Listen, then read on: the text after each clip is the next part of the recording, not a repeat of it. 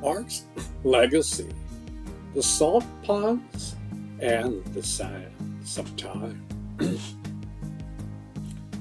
Once upon a time, in the coastal town of Newport Beach, Bax Bay, Mark McClellan's family etched their story into the very fabric of the land. Their tale unfolded against the backdrop of salt ponds and the sands of time, where the sun and sea conspired to create something magical. Mark's dad Sparks worked for the Newport Dredging Company, a family-owned business. The salt ponds. Once upon a time, in the coastal town of Newport Beach, there lie a vast expanse of water known as the Upper Newport Bay.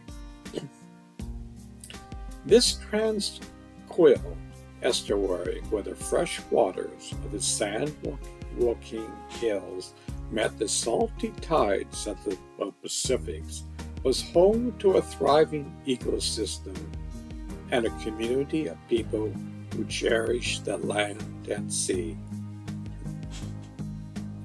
In the early 1930s, amid the Great Depression, the people of Newport Beach sought ways to invigorate their economy.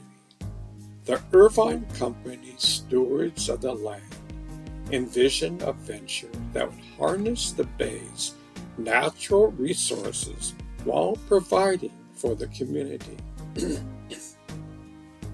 Thus, in 1934, the Upper Newport Bay was transformed into a commercial salt works.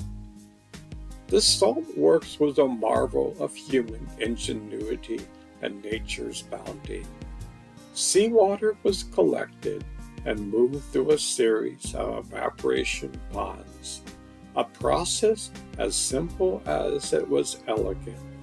Seawater plus evaporation plus settling equals salt. As the water evaporated under the golden California sun, it became 100% brine, ready to be pumped into crystallized vats. The salts harvested from these vats were just not any salt. It was water softener salt, a commodity that softened the hard water of the region, making it more suitable for daily use. The Western Salt Company, which leased the plant in 1950, oversaw the production of over 500 tons of salt per season, a testament to the site's productivity. But the salt works was more than a place of industry. It was a symbol of the community's resilience and adaptability. The people who worked there were not just employees. They were artisans of the earth, crafting an essential element of life from the sea itself. As years passed, the salt works became a fixture of Newport Beach, its presence as constant as the tides. However, in the winter of 1968 to 69, a great flood swept through the region, causing extensive damage to the salt works. The once bustling ponds fell silent, and the vats lay empty. The closure of the salt works marked the end of an era, but it was not forgotten.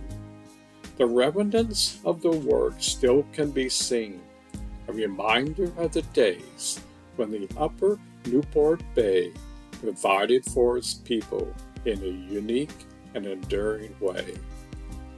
Today, the Upper Newport Bay is a protected ecological reserve, a sanctuary for wildlife, and a haven for those seeking a connection with nature.